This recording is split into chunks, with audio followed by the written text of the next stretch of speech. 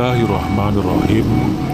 Assalamualaikum warahmatullahi wabarakatuh. Sampurasun. Wilujeng wengi ka sadaya pamirsa kaum dangu. Wilujeng tepang deui sareng bali jeung channel anu mana kalaresan dina wengi ieu urang tiasa patepung lawung sawios mung di Jomantara.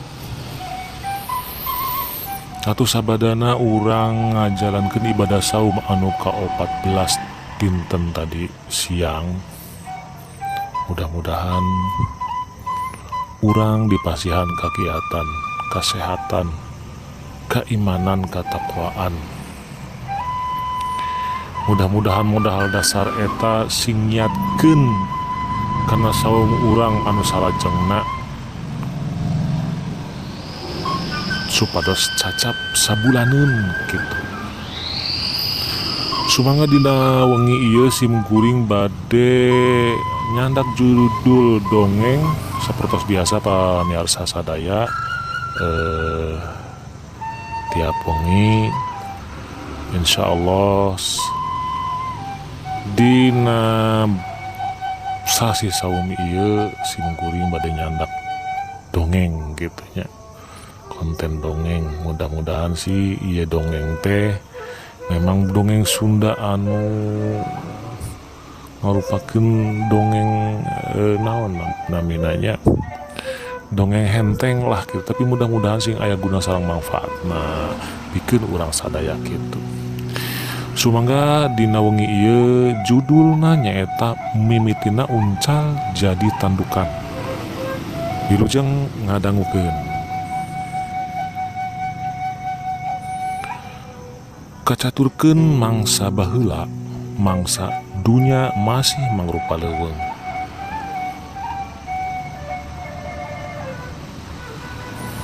Mangsa sasatoan silih cumarita sakumaha manusa ayeuna. Di hiji leuweung dina hiji poe kira wanci handet moyan. Sakadang kuya nangtung sisi talaga ngadot moyan bari ngeunteung kana cai. Bari ngenteng teh manehna ngomong sorangan. Bener kasep gagang aing teh.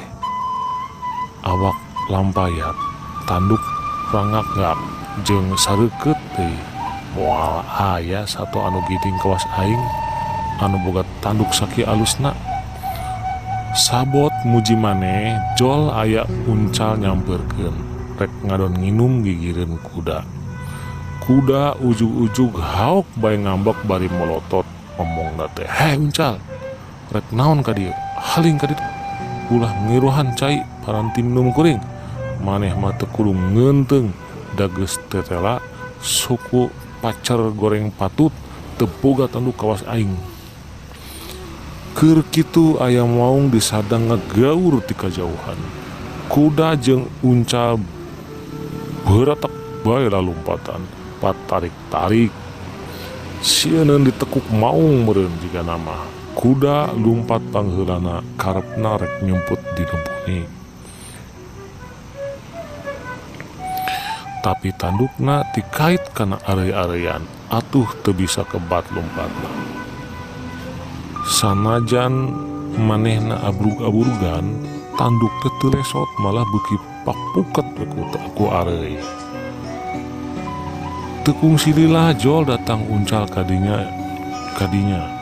Cek kuda sakadang uncal tulungan kuring. Ieu tanduk kuring tikait kana areuy mani pageuh kieu. Uncal karunyaeun tuluy areu-areuy nu anu meuli teh kana tanduk tadi teh digegelan nepi ka pargat. Geus kitu beulenyang wae kuda teh jeung uncal lalumpatan deui sieun kasusul ku maung. Hadena maung teh teu kebat ngudagna di tempat anu aman. Kuda jeung uncal areureun.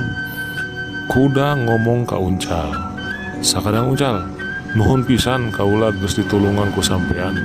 Mun teu ditulungan ku anjeun mah meureun kuring teh geus tewas ditekuk maung. Pikeun ulang tarima ieu kaula masrahkeun tanduk prak dipake ku sampean turun temurun hatur nuhun uncal lah pokona mah. Tanduk kuda teh rap dipakekeun ka uncal nepi kaki kiwari. Rupina dongeng anu asal muasalna uncal nepi ka tandukan teh meureun pasihanti kuda gitu. Akibat naon dipasikeun ku kuda meureun istilah mah balas budi lah gitu. Tah rupina dongeng dicekapkeun mung sakitu.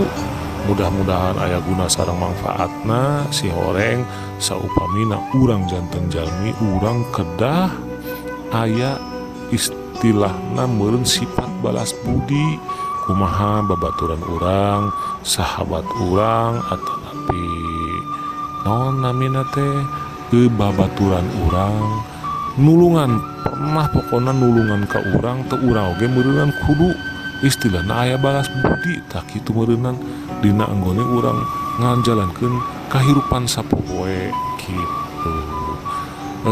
Mudah-mudahan dongengmu anu naon singkat ieu sing aya manfaatna kanggo urang sadaya. Sumangga ka pamiarsa wilujeng ngajalankeun ibadah saum anu ka 15 sakitu wae. Wassalamualaikum warahmatullahi wabarakatuh. Sampurasun.